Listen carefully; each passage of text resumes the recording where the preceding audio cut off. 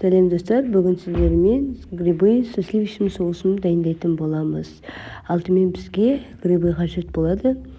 Грибыдың, яғни саңырауқұлақтың сыртын тұтап ашып тазалап аламыз.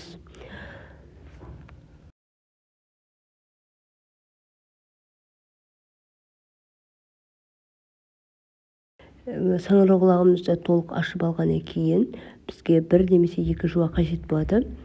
Жуамызды турап дайындаймыз. Қазанымызға майымызды құйып, үстіне туралған жуамызды салып, әбден қуырып аламыз.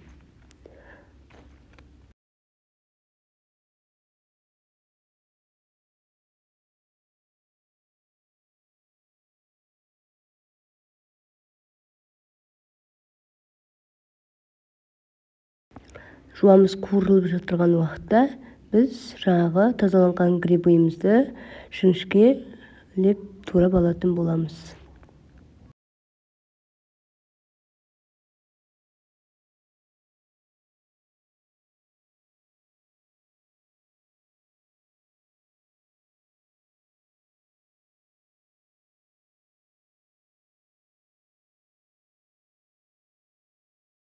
Туралған саңырауқұлағымызды қазанның ішіне саламыз.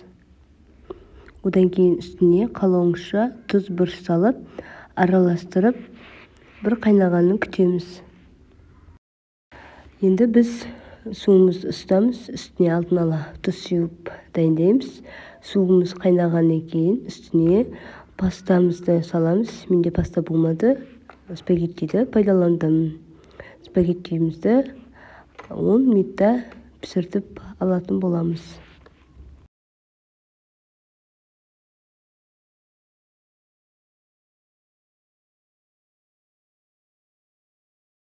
Осы уақытта біздің грибыйымызда қайнап жатыр екен.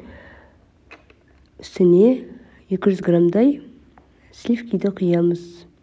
Сливкиімізді құйғаннан кейін қақпағын жауып, 20 минутта бұқтырып, жай отта пісіріп алатын боламыз.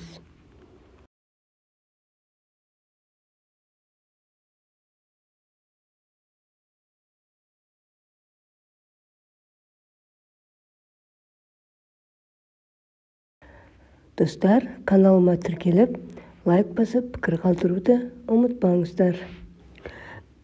Енді ыдысымызға орналастырамыз. Алдымен спагеттиімізді саламыз.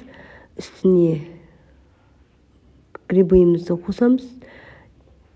Бетіне қалауыңызша сырды қоссаңыздар болады. Дәмі тіл үйіреді. Астарыңыз дәмді болсын.